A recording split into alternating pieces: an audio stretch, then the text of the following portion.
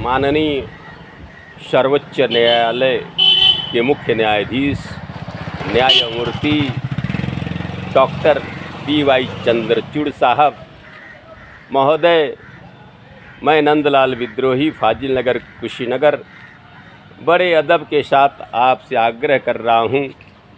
जैसा कि आप जानते होंगे, पिछले 12 वर्ष से सहारा शिविर विवाद जब से बढ़ा है, सहारा इंडिया परिवार संस्था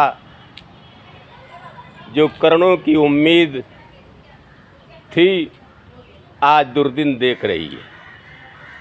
महोदय, सेबी के निकम्मे अधिकारियों की हर आदेश का राष्ट्रवादी संस्था सहारा ने अनुपालन सुनिश्चित किया, कोई कोर कसर नहीं रखा। जब जब जितना पैसा मांगा कि हम सहारा इंडिया के भुगतान के अधिकार को अपने पास लेते हैं, हम खुद भुगतान करेंगे, इस पर भी हमारी राष्ट्रवादी संस्था, देशभक्त संस्था तैयार हो गई। महोदय, उसमें कितना भुगतान हुआ पूरा देश जानता है।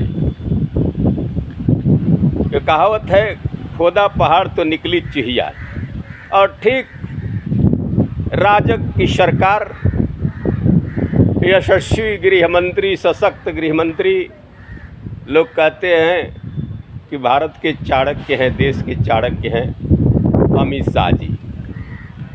उन्होंने पोर्टल लॉन्च किया भुगतान के लिए और 5000 करोड़ सेबी से मुक्त करवा लिया।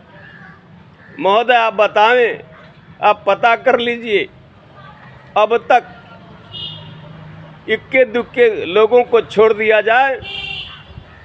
और एक विचारणीय प्रश्न है, अगर ऐसे ही भुगतान होता रहा तो लोग भुगतान लेने वाले बचेंगे नहीं, मौत के मुंह में समा जाएंगे।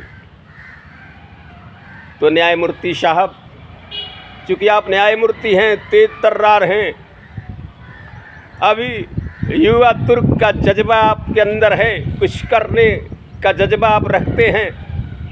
महोदय, जनहित से बड़ा कोई हित नहीं होता है। करोड़ों लोग प्रभावित हैं, लगभग 70 करोड़ लोग प्रभावित हैं, जिसमें 15 लाख कार्यकर्ता जो फील्ड में और ऑफिस में, कार्यालयों में अपने भविष्य को संवार रहे थे, सुनहले सपने देखे थे, पालियों को पढ़ा रहे थे। आज करोड़ों लोगों के साथ 15 लाख लोगों का भी सपना टूट गया। सपना ही नहीं टूटा, जो रिश्ते नाते थे सब छूट गए पैसे के अभाव में, अपने ही मुंह मोड़ रहे हैं पैसे के अभाव में। पैसा का गणित आपको, आप चूंकि विद्वान हैं, आपको क्या बताना है। इस भौतिकवाद में बिना पैसे का एक हवा, अगर हवा पर भी किसी पूंजीपति का कब्जा हो जाए तो भी महंगा हो जाए। ये सूरज की रोशनी सबको मिलती है, हवा सबको मिलता है, ये निःशुल्क है, बाकी सब कुछ खरीदना है। महोदय, मैं आपसे आग्रह करता हूं, चूँकि आप देख चुके हैं कि अन्य माध्यमों से सहारा का भुगतान संभव नहीं है, इसलिए आपसे मैं आग्रह कर रहा हूं, एक निदेशक मंडल बना लीजिए, एक ऐसी समिति बना लीजिए जिसके देख रेख में सहारा इंडिया परिवार संस्था को सारी भुगतान की जिम्मेदारी सौंप दीजिए। अपना निगरानी बैठा लीजिए, अपने निगरानी के अंदर आपका निगरानी चलती रहे। और सहारा इंडिया का जो कार्यक्रम है,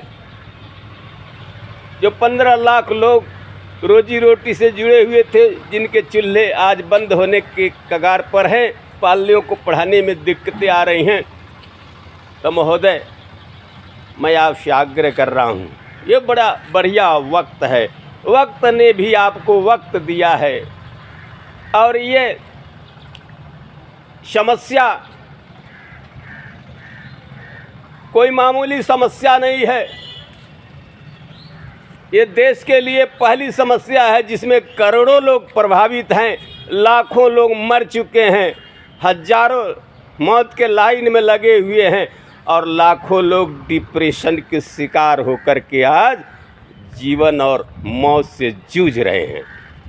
मैं आपसे आग्रह कर रहा हूँ, सहारा इंडिया को पुनर्जीवित कर दीजिए। सहारा इंडिया ही भुगतान कर पाएगी। सरकार चाहे जितना भी हाथ पांव मार ले, संभव नहीं है।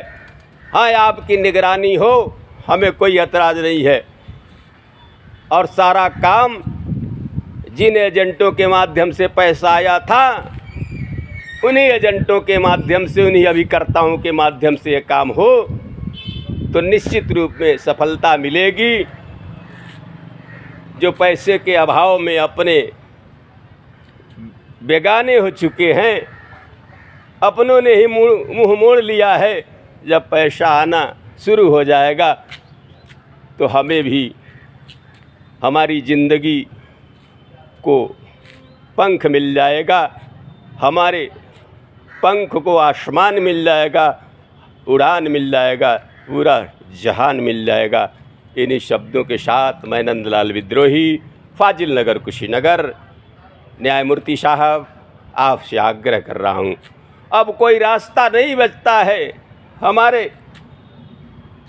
करोड़ों जमाकर्ताओं और 15 लाख लोग रो करके रात में बात करते हैं, कहते हैं जहर खा के मर जाने का मन करता है। मैंने कहा है साथियों, जहर मत खाना, जिंदगी तुलसी बाबा ने लिखा है बालकांड में, बड़े भाग मानुष तन पावा। ये बड़े भाग्य से मनुष्य का तन मिला है, इसलिए मरने के लिए नहीं मिला है। ज़रूरत पड़ेगी तो हक के लिए, अपने हक के लिए मरेंगे, क्योंकि समर मरण पुण्य सुरसर तीरा। समर में मरना, गंगा के किनारे मिलना और मंजिल के लिए, लक्ष्य के लिए मरना, हक के लिए हथेली पर जान लेना जायज़ करार दिया गया है।